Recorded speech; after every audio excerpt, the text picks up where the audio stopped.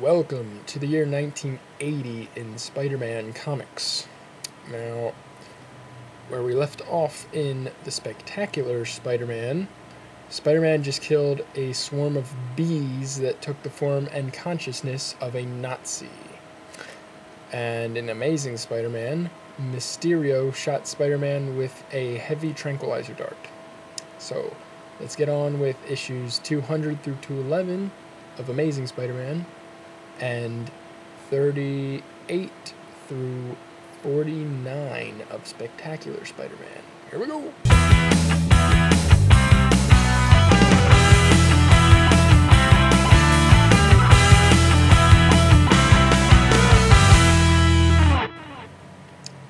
Alright, let's start with Amazing Spider-Man, issue number 200, titled The Spider and the Burglar.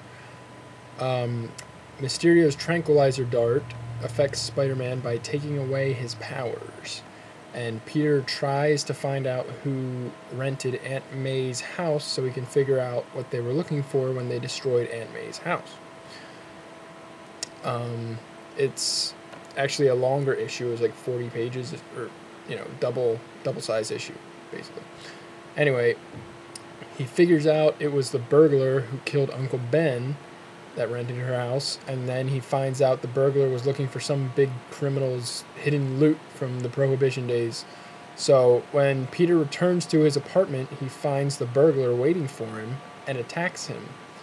Peter attacks the burglar, but the burglar knocks him out and ties him to a chair in the warehouse where Spider-Man first captured him after the murder of Uncle Ben.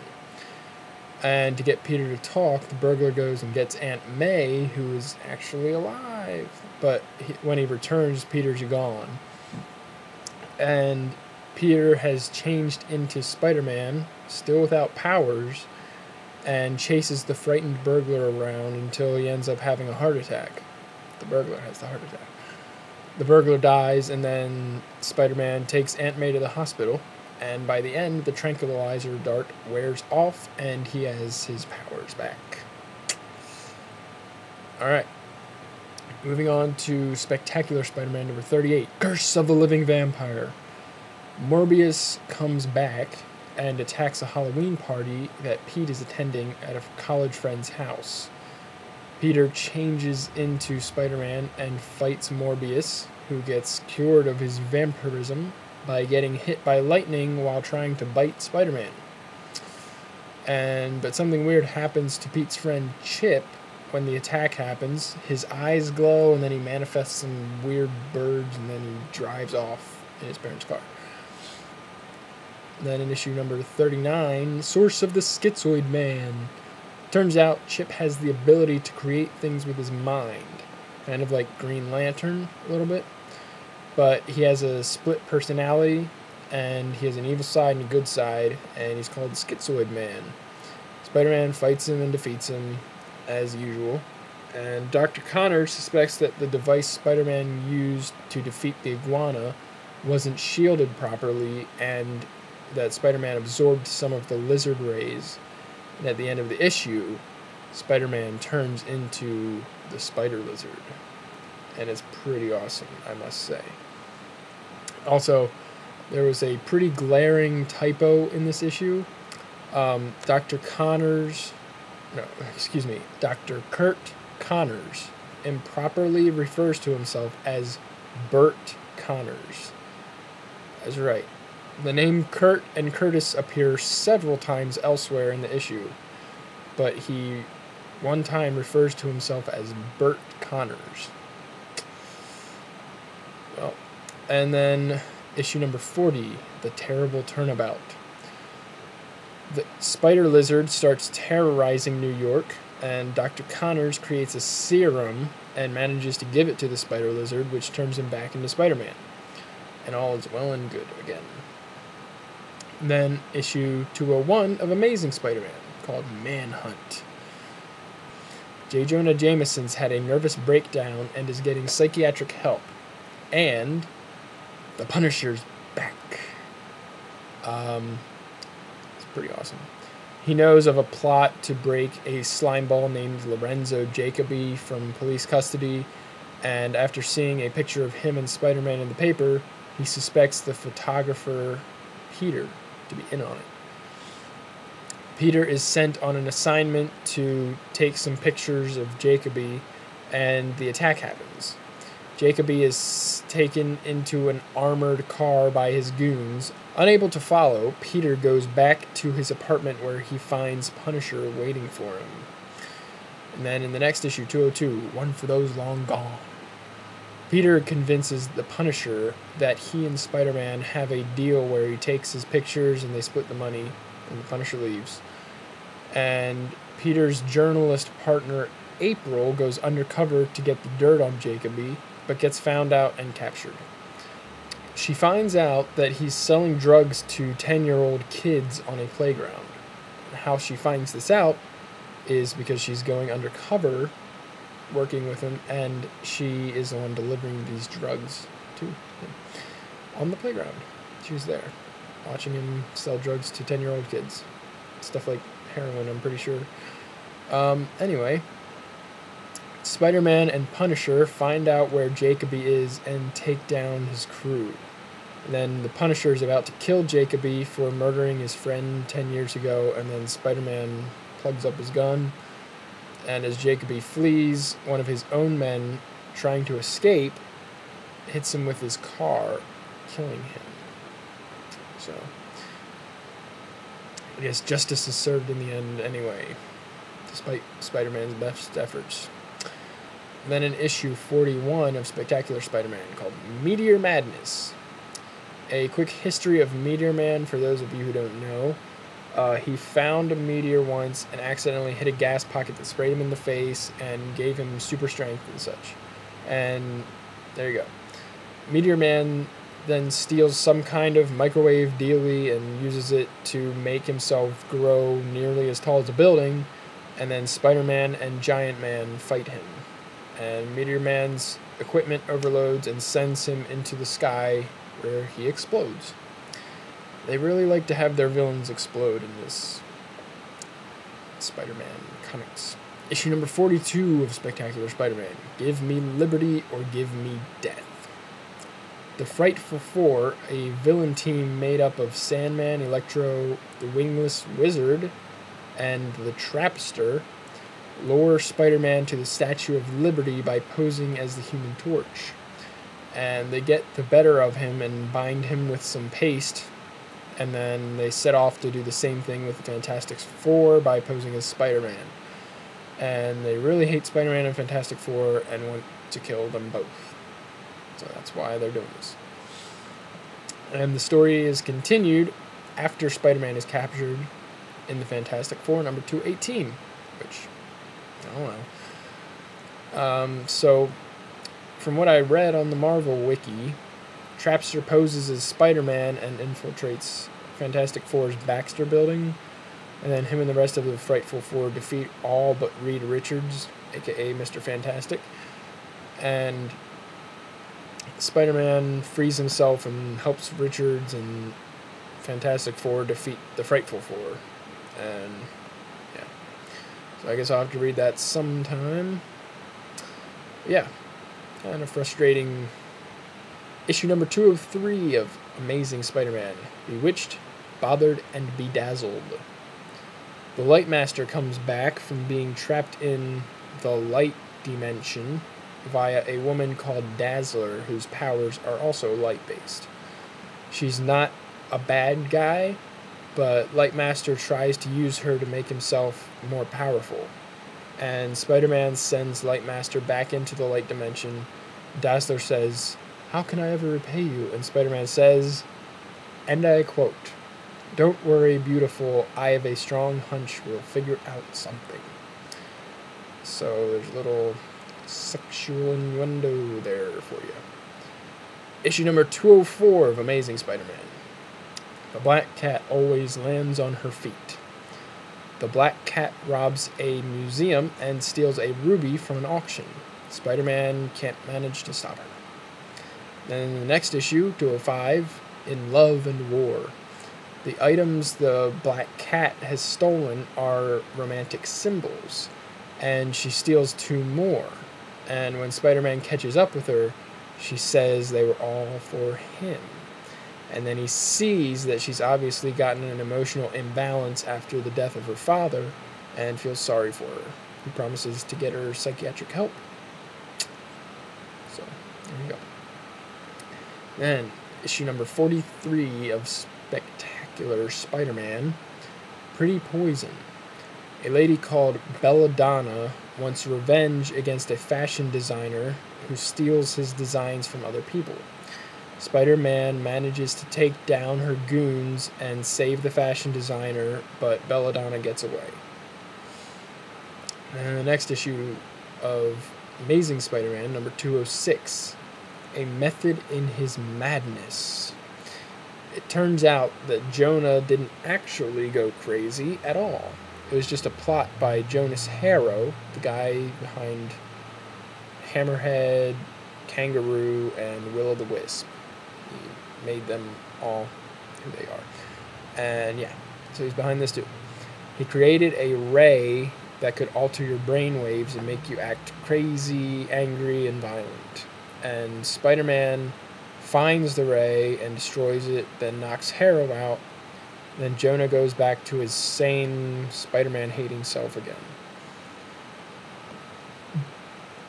And the next issue of Amazing Spider-Man, number 207, Mesmero's Revenge.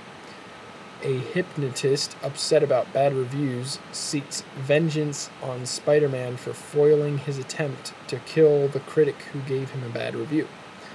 Spider-Man foils his plot again fairly easily. Yeah. Issue number 44, The Vengeance Gambit. There's a new guy who wants to become the new mob boss. A guy named Alfred also wants to become the new mob boss, and he starts killing the other guy's men. Spider-Man goes to investigate, but gets gassed and chained to a conveyor belt that leads to a furnace when he learns that the new mob boss is Adrian Toomes, the Vulture. Then in issue number 45 of Spectacular Spider-Man, Wings of Fire, Wings of Fear. Spider-Man escapes the death trap of the furnace and fights Vulture for a while until Vulture smacks into some glass, like all birds, and gets caught by the police. Issue number 208 of Amazing Spider-Man, Fusion. A guy working on a particle accelerator messes something up and causes him and his twin to fuse together into one glowing being. They can absorb energy from anything that they touch, and they head for the nuclear power plant to get more energy. Spider-Man catches up with them and stops them. Pretty cool, interesting. Issue number 209 of Amazing Spider-Man, To Salvage My Honor. Kraven comes back to New York and challenges Spider-Man to a fight. Spider-Man defeats him. Challenge over. Issue number 46 of Spectacular Spider-Man, Deadly is the Cobra. A villain named Cobra escapes from prison and tries to rob a jewelry store. Spider-Man captures him and hands him to the police. And then while in police custody, he escapes again. Yeah, basically the Cobra can slither around and kind of slither up walls and stuff like that. It's very slippery. Also, Peter tries to patch things up with the new girl that he's dating named Debbie, because he's been cutting all their dates short to deal with a villain as Spider-Man. So, and then 47 of Spectacular Spider-Man, A Night on the Prowl. Somebody steals the Prowler's costume and tools and causes some trouble around the city. Belladonna is behind it, actually. She hired the guy. She sets up a trap for Spider-Man and gasses him and the Prowler in a sealed chamber. And then in the next issue, 48, Double Defeat. Spider-Man escapes the gas room, but another trap explodes and causes a fire. Spider-Man escapes with Prowler, the new Prowler. Prowler goes to the hospital with burns and half of his hair missing, and he's actually pretty awesome looking, I must say. It's like, anyway, Spider-Man figures out who Belladonna is and sets a trap for her. He ends up catching about 3 major criminals for the police within maybe half an hour. Not too bad in a day's work. And issue number 210 of Amazing Spider-Man, The Prophecy of Madame Web. This is the first appearance of Madame Web, and there's a new sleaze named Rupert Dockery working at the Daily Globe where Peter works, and he's hatching a plan to take over the Daily Globe. The plan involves murder. Murder most foul. The murder of the woman running the paper, named KJ Clayton. Spider-Man saves Clayton and puts Dockery behind bars with the help of a psychic vision by Madame Web. Madame Web, being the psychic she is, also figures out that Spider-Man and Peter Parker are one and the same. Also, after the debacle, KJ Clayton resigns from the Globe and the paper suspends publication, leaving Parker out of a job. But he'll get hired by Jameson at the Bugle for sure.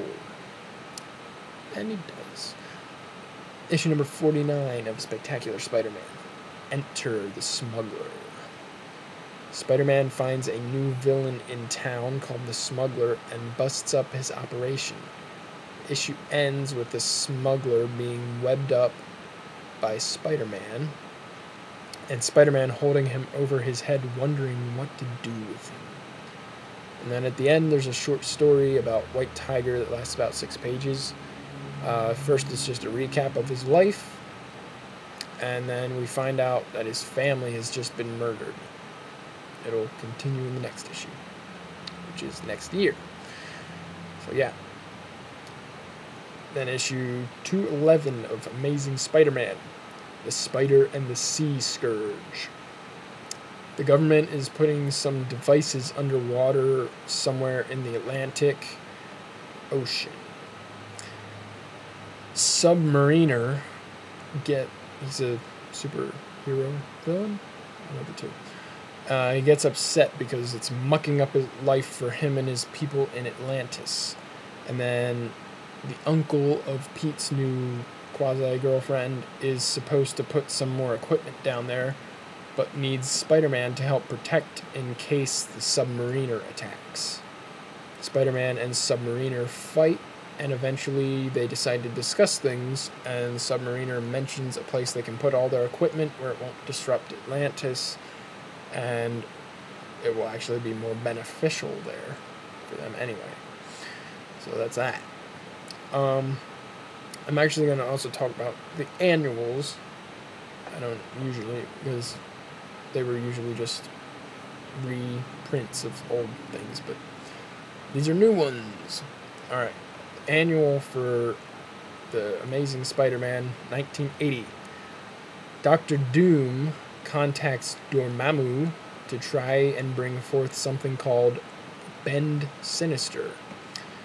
It's a really stupid name, repeated many times, for something that we never find out about. That's right, they do not explain what the Bend Sinister is at all. Not one single clue or hint as to what it could possibly be. Then, yeah, anyway, Doctor Strange summons the help of Spider-Man to defeat the threat, and Spider-Man stops the villain's plan. You know, I'm gonna be honest here, I don't really like Doctor Strange at all. Like, just, like, whenever he talks, he's always like, by the beard of Strucknor, or by the many moons of Falcron. You know, like, it's just like, just lay off a little bit, please. It's just so stupid. And I really don't enjoy the issues where Doctor Strange teams up with Spider-Man. I just don't. Every single time that Doctor Strange has been in an issue, I'm like, this isn't that great. Well, such is life. Let's go on to the annual for Spectacular Spider-Man 1980. A former business partner of Silvermane, who calls himself Rapier, it's like the sword, Rapier, wants vengeance for Silvermane's attempt to kill him many years ago.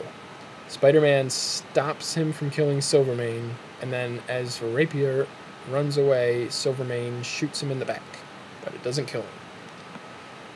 And yeah. So, interesting thing about this year is it started out really good.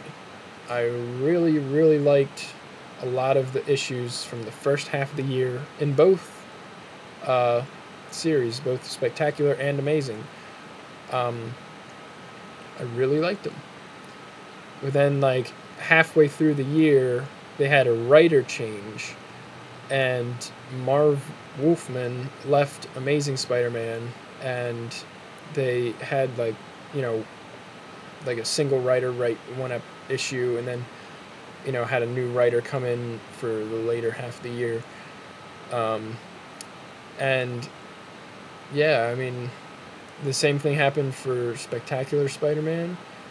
It was about the same time, and, you know, it started, I gave some 5s and 4s in the beginning half of the year, and then I actually gave out quite a bit of 2s and 3s for the second half of the year, and the Doctor Strange annual actually got a 1 star.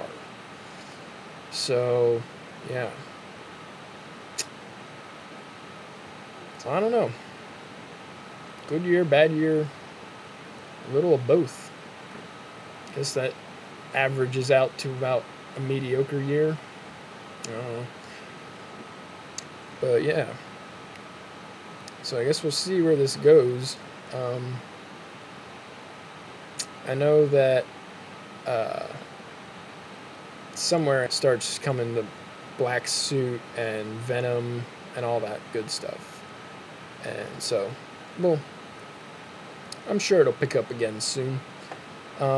Maybe it seemed almost like these new writers, were starting to get better towards the very end of the year. Like, it was getting better. It wasn't like, oh, I really like that issue. It was like, all right, well, I didn't dislike that issue. So we'll see what happens. I think I have some good faith in next year. I think it'll start turning up, getting better, looking good. So yeah, that's that. That's 1980 in the world of Spider-Man comics. I guess I'll see you next time with 1981.